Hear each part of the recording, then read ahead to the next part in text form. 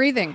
Seems like something you could just do automatically, you don't need to think about, and yet when you're going through a super stressful time in that brain spiral into doomland where everything's going to hell and oh my god, I'm starting to hyperventilate, it feels like you need someone to remind you. Just breathe normal, fellas. Why is that? Is breathing as automatic as we think? How much awareness can we bring to our breath, and how much of a difference does that actually make? That's what we're looking at in today's Tiny Tip. Tiny tips to help you rewrite your brain stories, rewire your brain so you could do more of the stuff you want to be doing. I'm Jocelyn, brain coach, and today's tiny tip, breathe. Pay attention to your breath. Okay. Most of us are probably shallow breathers or vertical breathers. One way you can tell is if you take a really deep breath and you seem to get a bit taller and your chest puffs out, that's how you know you're doing it wrong. Dr. Belisa Vranic, clinical psychologist, author, and founder of The Breathing Class, says that 95% of us are breathing this way, which is biomechanically unsound or anatomically incongruous way of breathing. It's out of sync with what our bodies actually need. We're putting a lot of stress on our neck and shoulder muscles, which aren't designed for breathing. And we're doing this 20 to 25,000 times a day, millions of times a year. And this way of shallow breathing is signaling to our vagus nerve, which is the biggest nerve in our body, to stay in this constant stress, flight or fight mode. So breathing might seem something that's so automatic, like blinking or swallowing, that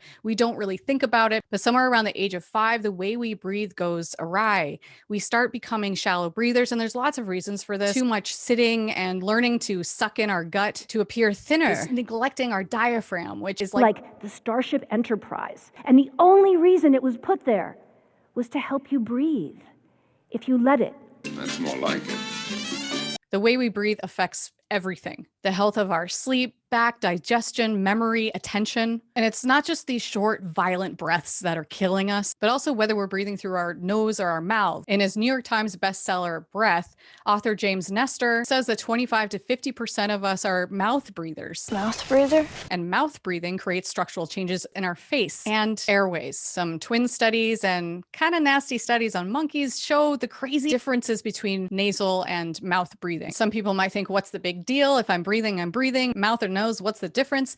It turns out a lot, because your nose is serving as a humidifier, conditioner, filtration system, and nasal breathing creates a particularly hostile environment for bacteria and viruses.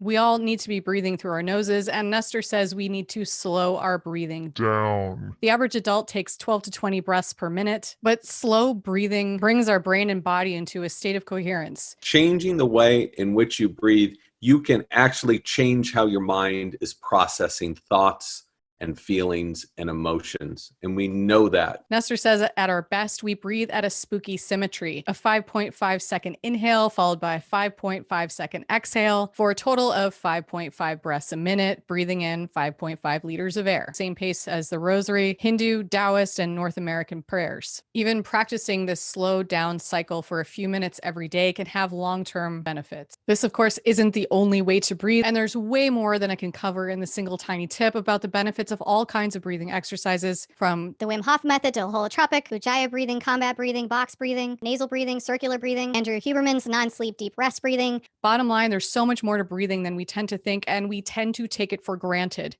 There's an ancient yogic philosophy that says the number of breaths we have is predetermined. So, like our lives, we can choose to have them fast and shallow or deep and fulfilling. Breathe deep, the gathering gloom. Give me some air.